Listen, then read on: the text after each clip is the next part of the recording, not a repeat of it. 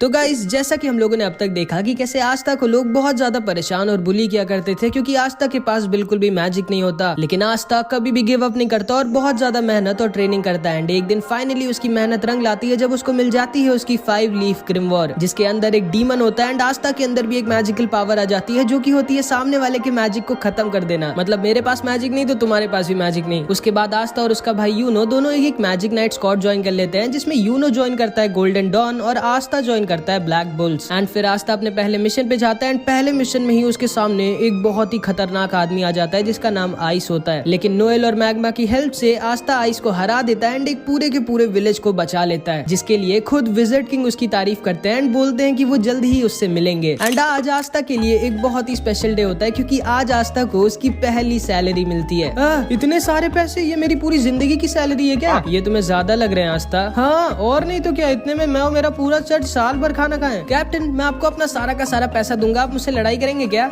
नहीं कैप्टन, मैं अपनी छोटी बहन मारी से मिलने जा रहा हूँ। जाओ, मैं तो ढेर सारा खाना खाऊंगी। हाँ बस फटना मत, कुछ तो बोलो। इतना तो मैं दान दे दिया करती थी, जो मिला उस पे खुश रहो, समझी? ज्यादा उड़ो मत। मेरे प्यारे आस्था, तुम अपनी पहली सैलरी से क्या करने वाले हो? डेट पे चलोगे क्या मेरे साथ? नहीं, मैं अपने सारे पैसे वापस चर्च भेज दूंगा और थोड़ा दूर हट के बात कर सकती हैं आप मुझसे? ओए आस्था, बहुत अच्छे, तुम्हें अपना सारा का सारा पैसा घर भेज देना चाहिए, बहुत अच्छा कर रहे हो। हमें अपनी फैमिली के बारे में कभी नहीं भूलना चाहिए और उनका भी ख्याल रखना चाहिए। आप भी अपना सारा पैसा वापस भेजते हैं क्या मैग्मा सेंपाई? नहीं, मैं तो जुआ लड़ने जा रहा हूँ। कैसा आदमी है ये? आस्था देखो, वापस घर पैसे भेजना अच्छी बात होती है, लेकिन सारे पैसे भेजने की क्या जरूरत है? थोड़ा बहुत अपने लिए भी रख लो। लेकिन मैं करूंगा क्या इन पैसों का? मेरे साथ शॉपिंग चलो और क्या। उसके बाद आस्था, नोएल और वेनेसा कीका टाउन जा रहे होते हैं शॉपिंग करने। आस्था, मुझे पकड़ना मत। ठीक है, मैंने कहा था मुझे पकड़ना मत गधे। असल में इतनी तेज हवा चल रही थी कि आस्था को लगा नोएल कह रही उसे पकड़ लो। इसके बाद हम देखते हैं आस्था, नोएल और वेनेसा तीनों कीका टाउन आ जाते हैं। एंड आज भी आस्था इधर जिधर देख रहा होता है उसको मैजिक ही दिख रहा होता है एंड उसे वहाँ पे चार्मी भी दिखती है जो मस्त ठूस रही होती है। इतना सारा खाना जाता किधर है? एंड इधर हमेशा की तरफ फिनरल एक लड़की को छेड़ रहा होता है जो इसको बजा देती है। नोएल फिर से सोचती है कैसे पागलों की टीम में हूँ मैं। उसके बाद ये तीनों ब्लैक मार्केट में जाते हैं जहाँ पर इन्हें सेक्के मिल जाता है। ओए सेक्के, याद हूँ मैं तुम्हें, मैंने तुम्हारी बैंड बजाई थी। हाँ नहीं मतलब नहीं याद हो, कौन हो तुम? लेकिन तभी इन लोगों के पास एक बूढ़ी औरत का एक आदमी सामान चोरी कर भागने लगता है एंड आस्था उसके पीछे भागता है। ये दोनों इस बूढ़ी औरत के पास जाकर इससे कहते हैं आप चिंता मत करिए, आस्था के रहते वो आपका सामान लेके भाग नहीं पाएगा। आस्था के नहीं, मेरे रहते मेरी मैजिक बाइक से कोई भी नहीं भाग सकता। चिंता मत करो क्यूटीज, मैं अभी इस बूढ़ी औरत का पर्स लेके आता हूँ।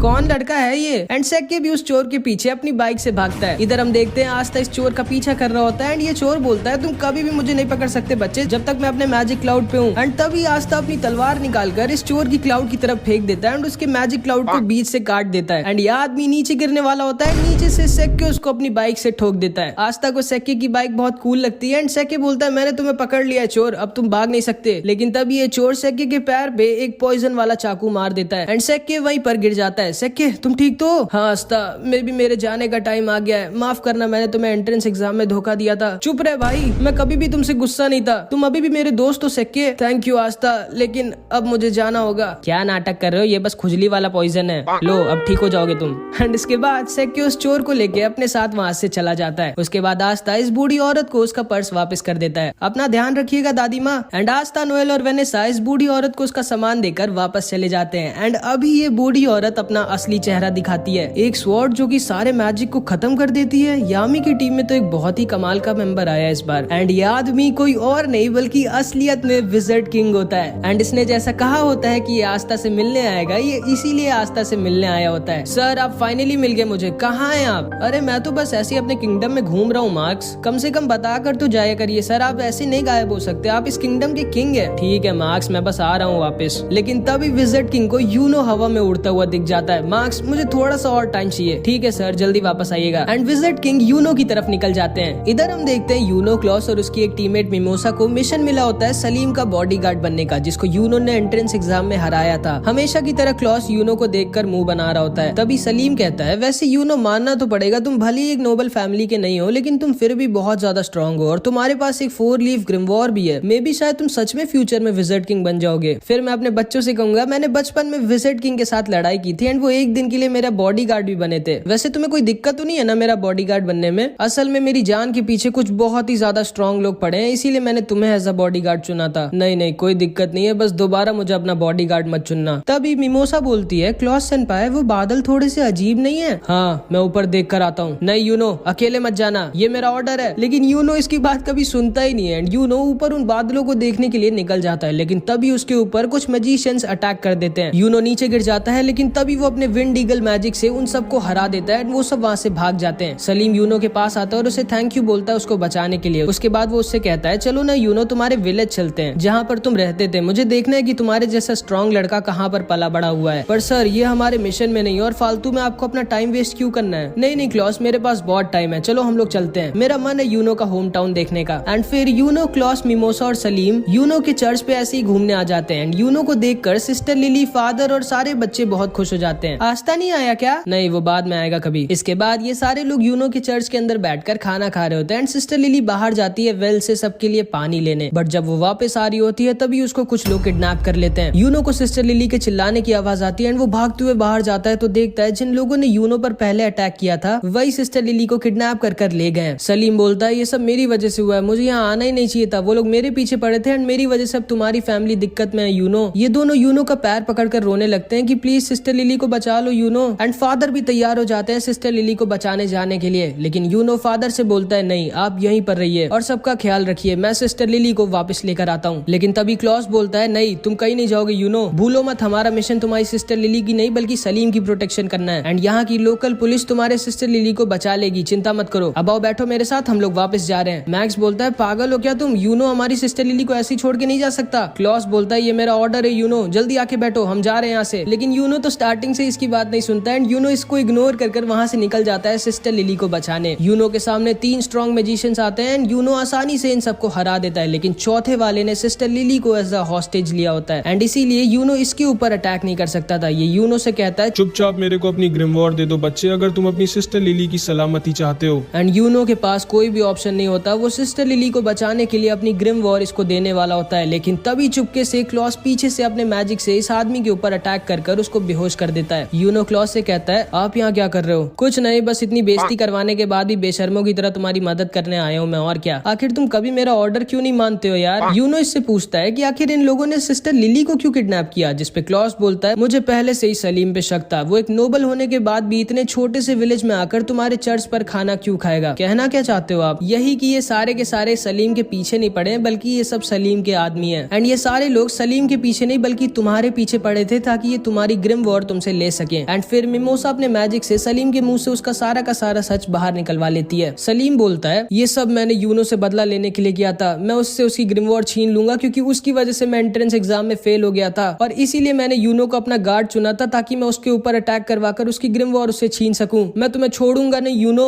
जिसको सुनकर सिस्टर लिली गुस्सा हो जाती है एंड सलीम को एक वाटर पंच मारकर सुला देती है एंड सलीम का प्लान पूरी तरह से फेल हो जाता है। चलो ठीक है, अब तो तुम लोग पकड़े ही जा चुके हो, अब ये बताओ तुम लोगों का लीडर कहाँ छुपा बैठा है। लेकिन इन सबको पता ही नहीं होता है कि इनका लीडर कहाँ पर है क्योंकि इनके लीडर को पहले ही विजिट किंग ने पकड़ लिया होता है एंड वो फर्स्ट विजिट किंग के स्टैचू के सामने मस्त लेट कर आराम कर रहे होते हैं। आप कहाँ है सर? जानते हैं कितना काम बचा हुआ है और आप यहाँ मजे में सो रहे हैं? आ रहा हूँ बाबा आ रहा हूँ। एंड इसके बाद यूनो और सारे लोग दोबारा से चर्च में हंसी खुशी खाना खाते हैं, फिर वो सब वापस निकल जाते हैं। अगले दिन विलियम यूनो की टीम की तारीफ करता है, मुबारक हो विजिट किंग ने तुम लोगों की तारीफ करी है एंड हमें सलीम की नोबल फैमिली के खिलाफ और भी कई गंदे कामों के लिए सबूत मिल गए एंड अब हम सलीम की फैमिली के ऊपर स्ट्रिक्ट एक्शन लेंगे। सर आप पहले से जानते थे कि ये सब हम लोगों के साथ होगा? हाँ, और इसीलिए मैंने यूनो को अकेला नहीं बल्कि तुम दोनों को इसके साथ भेजा था। अब जाओ आराम करो, तुम लोगों ने अच्छा काम किया। एंड फिर ये तीनों वापस जाने लगते हैं। क्लॉस यूनो से बोलता है यूनो अगली बार तो मेरी बात मानोगे ना?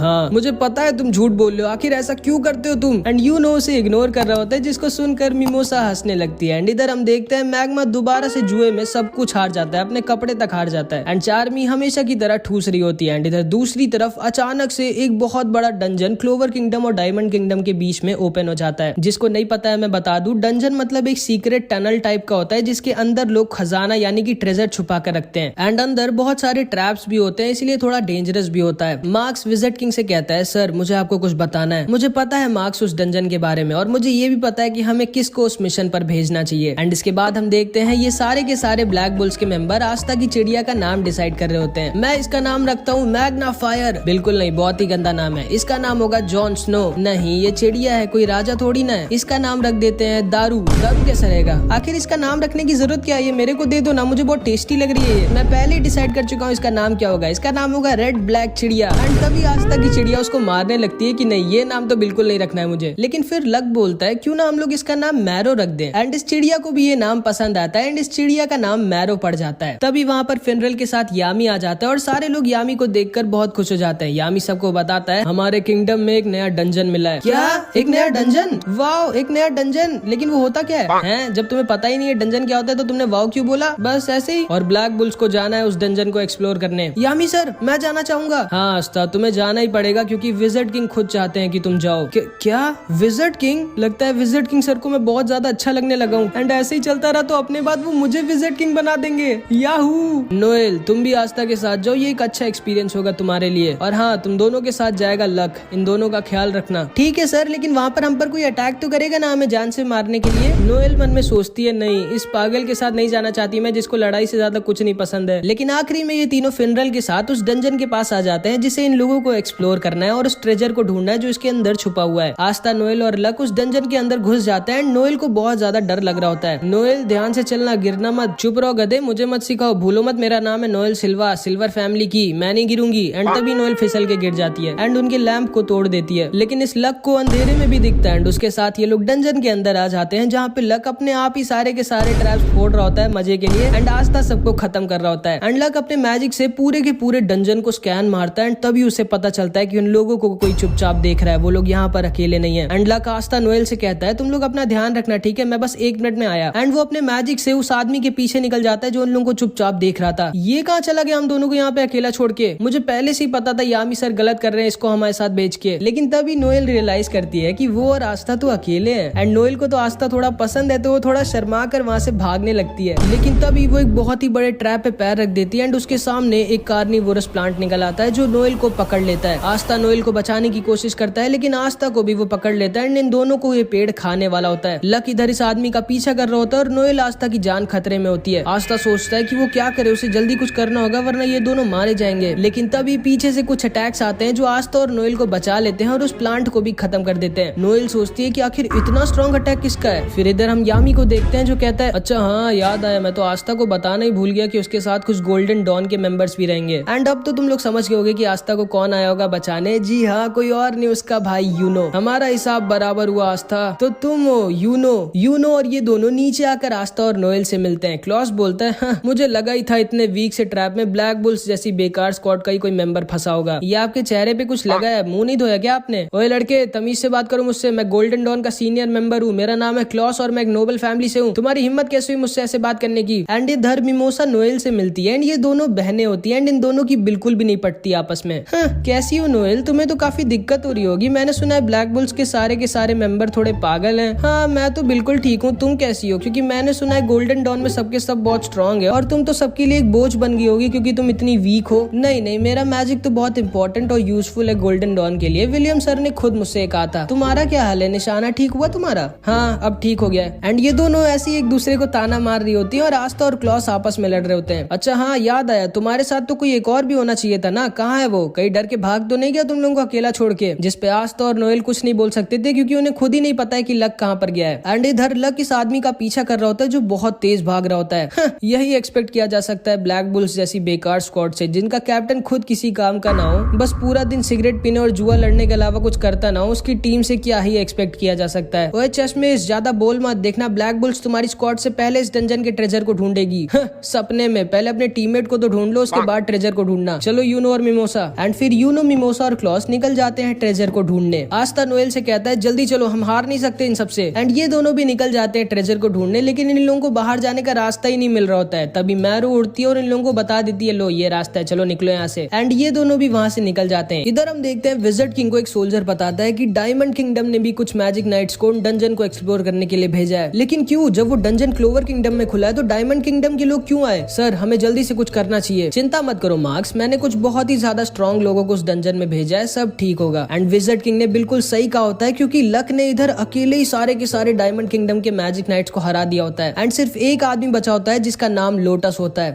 तो मैं देख सकता हूँ तुम काफी स्ट्रांग हो बच्चे, तुमने तो अकेले ही मेरे सारे के सारे चेलों को हरा दिया। हाँ, लेकिन तुम्हारे चेले बहुत वीक थे, तुम तो स्ट्रांग हो ना, क्योंकि मैं अभी किसी स्ट्रांग आदमी से लड़ने के लिए मर रहा हूँ। हाँ, मैं स्ट्रांग तो हूँ, लेकिन मैं यहाँ से भाग रहा हूँ क्योंकि मेरा लड़ने का मन नहीं अभी। लेकिन तभी लक इसके ऊपर अटैक कर देता है एंड लोटस अपना मैजिक दिखाता है, जो कि होता है स्मोक मैजिक। तो तुम्हारे पास लाइटनिंग मैजिक है एंड तुम्हारी रोप से मुझे पता चल रहा है कि तुम ब्लैक बुल्स के मेंबर हो। मैं बता दूं कि मैं आज तक सिर्फ एक आदमी से ही फाइट में आ रहा हूँ, जो कि तुम्हारा कैप्टन यामी है। कोई बात नहीं, आज तुम दूसरी बार हारोगे, अब आओ लड़ो ना मुझसे। लेकिन तभी अचानक से लक को कुछ अजीब सा लगता है। लगता है मेरे पॉइजन ने असर दिखाना स्टार्ट कर दिया। असल में इस पूरे टाइम लोटस हवा में अपनी मैजिक से एक पॉइजन रिलीज कर रहा होता है, जिससे सामने वाले की स्पीड बहुत ज्यादा कम हो जाती है और सामने वाले को चक्कर भी आते हैं। एंड उस मैजिक की वजह से लक को भी चक्कर आने लगते हैं एंड वो वहाँ पर गिर जाता है। अब तुम आराम करो बच्चे, मेरे पास बहुत काम है, मुझे अपने लीडर को भी ढूंढना है। एंड ये कह के लोटस वहाँ से जाने लगता है, लेकिन तभी लक दोबारा से इसके ऊपर अटैक कर देता है एंड इस बार वो पिछली बार से भी ज्यादा फास्ट होता है। कैसे? आखिर ये बच्चा अभी भी इतना तेज कैसे है? जिस पे लक बोलता है, मेरे पास लाइटनिंग मैजिक नहीं है, मैं खुद लाइटनिंग हूँ, और तुम बिजली को कितना भी स्लो कर लो, आखिरी में वो रहेगी फास्ट ही। एंड तुम जा कह रहे हो? अभी तो हमारी लड़ाई शुरू भी नहीं हुई। एंड इधर हम देखते हैं क्लॉस, मिमोसा और यूनोस डंजन के ट्रेजर गेट के पास पहुंच जाते हैं, जहाँ पे उस डंजन का ट्रेजर रखा है। लेकिन तभी अचानक से लोटस का लीडर मिमोसा को पीछे से इंजर्ड कर देता है। कौन हो तुम? सामने से हटो मेरे। इस लड़के का नाम मार्स होता है एंड ये डायमंड किंगडम का प्रिंस होता है एंड ये बहुत ही ज्यादा स्ट्रॉन्ग होता है, आइस से भी ज्यादा स्ट्रॉन्ग। एंड इसके पास डायमंड मैजिक होता है। मिमोसा अपने आप को हील करने लगती है। यूनो और क्लॉस साथ में से लड़ रहे होते हैं, लेकिन ये अकेला इन दोनों पर भारी पड़ रहा होता है। क्लॉस यूनो से बोलता है, यूनो जल्दी मिमोसा को लेकर यहाँ से निकलो, मैं इसको रोक कर रखता हूँ, लेकिन आप अकेले इसके सामने नहीं टिकोगे, ये बहुत स्ट्रॉन्ग है। मैं जानता हूँ इसके सामने मैं नहीं टिकूंगा, ना तो हम दोनों साथ में इसके सामने टिकेंगे, लेकिन अभी हमें मिमोसा को बचाना होगा। तुम जल्दी से मिमोसा को यहाँ से लेके निकलो और वापस बैकअप लेके आना। हम इस डंजन के ट्रेजर को डायमंड किंगडम के हाथ में नहीं लगने दे सकते। मैं एक डिकॉय की तरह इसको रोक कर रखता हूँ, तुम जल्दी जाओ और बैकअप लेके आना। लेकिन यूनो फिर से इसकी बात नहीं सुनता और कहता है, नहीं, हम लोग एक टीम बनकर आए थे और हम लोग जाएंगे भी एक टीम बनकर। लेकिन मैं बता दूं कि यूनो अभी इसको अकेला नहीं हरा सकता, क्योंकि ये बहुत ही ज्यादा स्ट्रॉन्ग है। एंड इधर हम देखते हैं कि इस आदमी ने धोखे से लक को पकड़ लिया होता है। ठीक है बच्चे, अब तुम्हारा मरने का टाइम आ गया है। एंड आस्था और नोएल भी इधर ट्रेजर को ढूंढ रहे होते हैं। एंड इसके बाद जो हुआ वो बहुत ही ज्यादा शॉकिंग था, जो कि हम अगले पार्ट में देखेंगे। इस पार्ट में इतना ही। आई होप कि तुमको ये वीडियो अच्छी लगी होगी। नेक्स्ट पार्ट में तब अपलोड करूंगा जब इस वीडियो पे 200 कमेंट्स आ जाएंगे, तो कुछ भी कमेंट जरूर से कर देना।